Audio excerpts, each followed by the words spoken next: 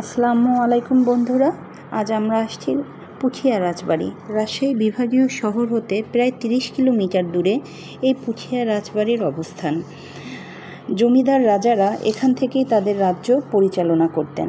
Indo ইউরোপীয় স্থাপত্যে 19 শতাব্দীতে পুঠিয়া রাজবাড়ি নির্মিত হয়। এই রাজবাড়িটির রানীর নাম ছিল হেমন্ত কুমারী দেবী।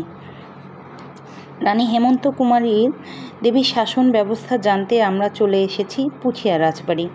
1885 সালে মহারানী হেমন্ত কুমারী দেবী ইন্দো ইউরোপীয় স্থাপত্য রীতিতে আয়তাকার দ্বিতল রাজবাড়িটি নির্মাণ করেন।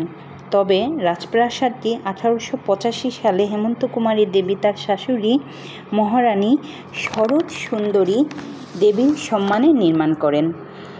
আজ এ পর্যন্তই বন্ধুরা। আমার এই ধরনের আরও ভিডিও পেতে হলে প্লিজ আমার পেজটিতে ফলো করে রাখবেন। ধন্যবাদ।